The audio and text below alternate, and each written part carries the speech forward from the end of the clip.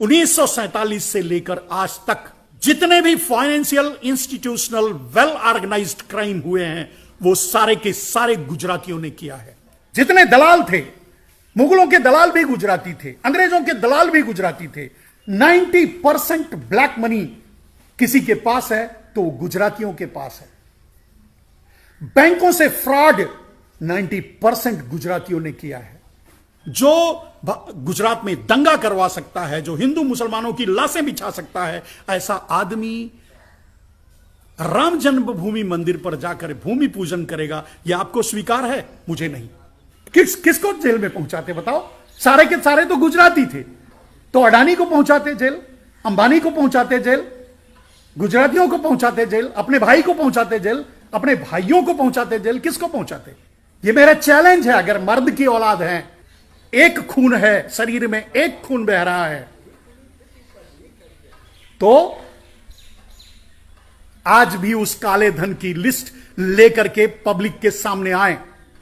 400 लाख करोड़ का घोटाला किया नरेंद्र दामोदर दास मोदी ने, और ये अपने दलालों, रामदेव जैसे, रविशंकर जैसे अपने दलालों से ये बात कहलवाया करते थे कि 400 लाख करोड़ विदेशों में है, 400 लाख करोड़ विदेशों में है। कहां गया?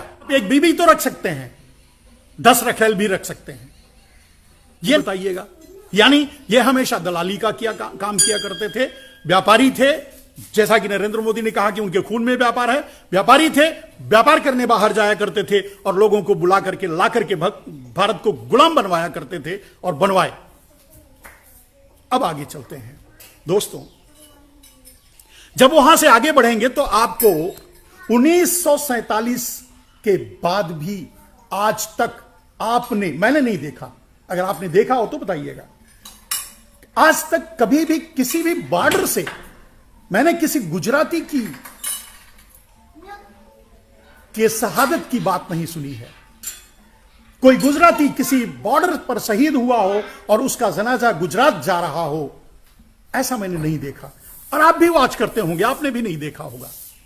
यानी आज भी गुजराती दलाली, सिर्फ दलाली करते हैं। जो मोदी हैं, मोदी खुद ही कहा है कि वो गुजराती हैं और वो उनके खून में व्यापार है, तो ये व्यापारी हैं।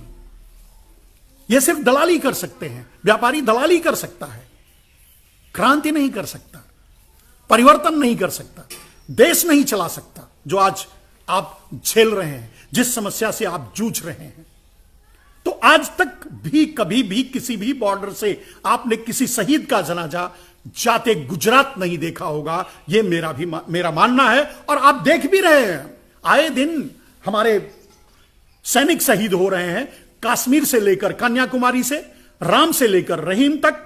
लेकिन उसमें आपको कोई मोदी, कोई शाह, कोई पारेख, कोई मेहता, कोई चौकसी नहीं मिलेगा, आज भी और इतिहास में भी। अब रह गई अंतिम बात। नरेंद्र मोदी के खून में व्यापार है, यह उन्होंने कहा था। अब उसकी बात सुन लो दोस्तों। 1947 से, उसके पहले की बात छोड़ देते हैं, 1947 से लेकर आज तक, 1947 से लेकर आज तक जितने भी financial institutional well organised crime हुए हैं वो सारे के सारे गुजरातियों ने किया है। हर्षद मेहता से लेकर नीरव मोदी तक, मोदी एंड मोदी तक, सबके सब। हर्षद मेहता, केतन पारेख, बड़े से बड़ा कांड, पूरे देश को हिला देने वाला कांड। Financial institutional well organised crime अगर भारत में हुआ है, भारत में किसी ने किया है, तो वो सिर्फ और सिर्फ गुजरातियों ने किया है। यह है मोदी का डीएनए, यह है मोदी के खून के अंदर का व्यापार।